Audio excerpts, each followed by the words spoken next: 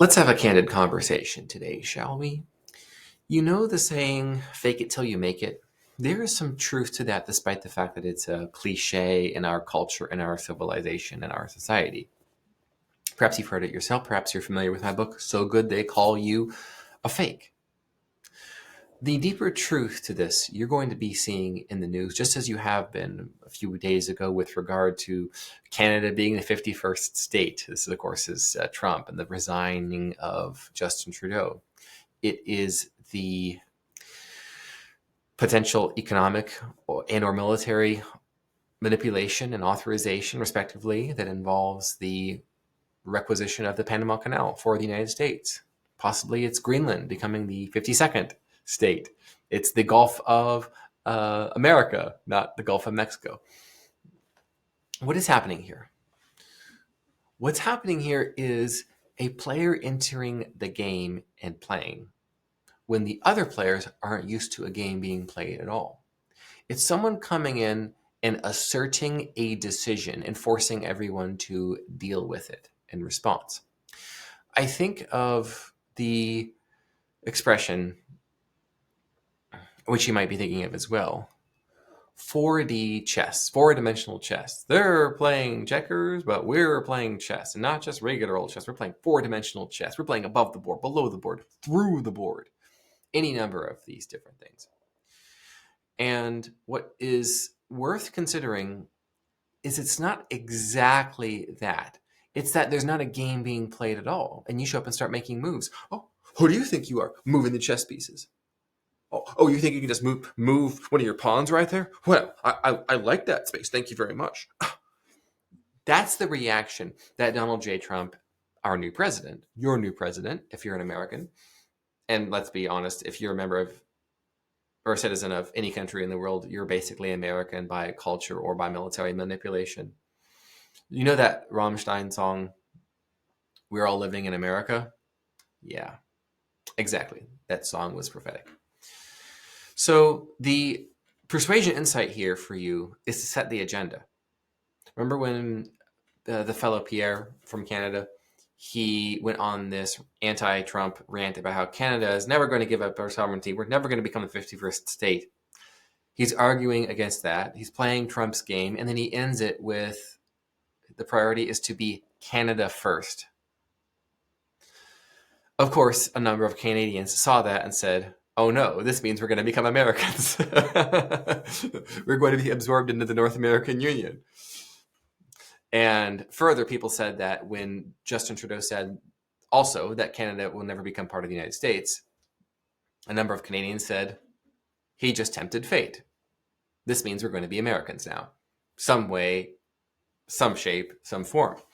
So the deeper lesson to this is that if you show up and start deciding things and saying things that are the way that they are and that we need to do things and start taking measures, not just saying, but doing, that is a big deal. So you remember how Donald Trump Jr. and Charlie Kirk and Trump's, I believe his leader of personnel, actually went to Greenland and started passing out MAGA hats? That's action. That's optics. That's, oh, this isn't just a game. This is real.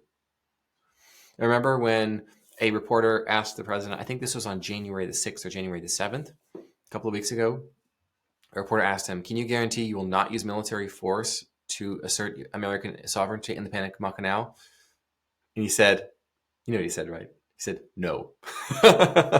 That's right. Anything Trump says is effectively an action because of the power that he holds. His critics often react to him as if he has done the thing he's talked about doing.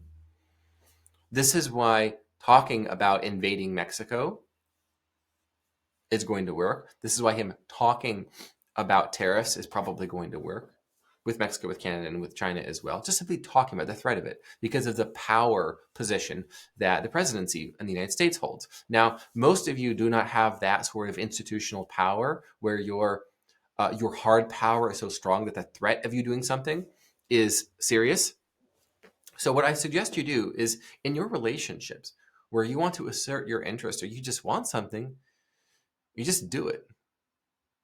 You present for the other person.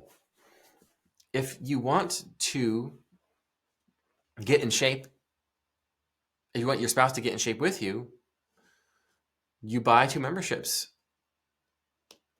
and you say, hey, we're going to go this weekend, or whatever your usual prep time is, so that the other person has time to physically prepare for it. Hey, I want us a couple memberships. I want us to go together. Now, what happens if they fluster and freak out and say, oh, are you calling me fat? Are you calling me fat? If that's how they react, you say, I just think it'd be good for us to get healthy together, get healthier, get fitter, sweat together. A couple of sweats together stays together. You know what I'm saying? Now, what happens? So either the person will be, okay, I guess we're going. Okay, I'll pack my things. If they're suggestible or agreeable to you and want to spend time with you and you need to agree, you are now in control of the future of everything in the relationship. This goes for all relationships, not just romantic and sexual relationships, personal relationships, but in business. Hey, this is the new policy here, in effect on Monday, and you share it on Friday, for example. They now have the weekend to cope with that. You can have what you want in your relationships. You just have to be able to do it. You know what I'm saying? Another thing that is worth considering is, if you make the move and the other person doesn't with you, if the other person is in charge of you,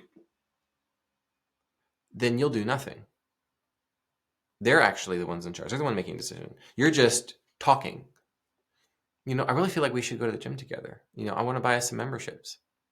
I bought us a membership. Yeah, but I want to go. I want to do that. Oh, okay. Well, let me know when it's time to go together. Let me know when you're willing and we can go together. No, you go anyway.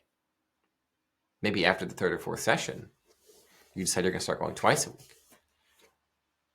Maybe it cuts into the time that you might otherwise spend together. Maybe this person really wants your time and attention, and you can invite them again and again and again. You can invite them to come with you. This is how you assert your will, your sovereignty. This is what persuasion is.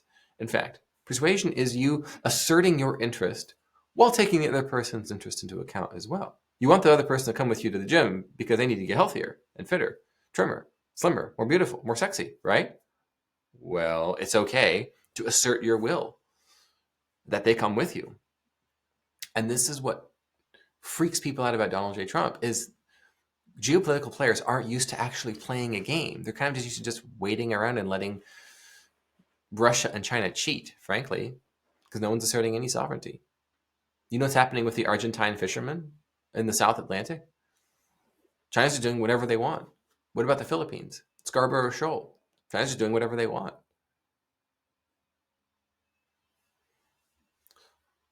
The strong do what they can. The weak suffer what they must. Are you going to be weak or are you going to be strong? Well, I recommend that good people become strong because bad people are already strong. You'll remember that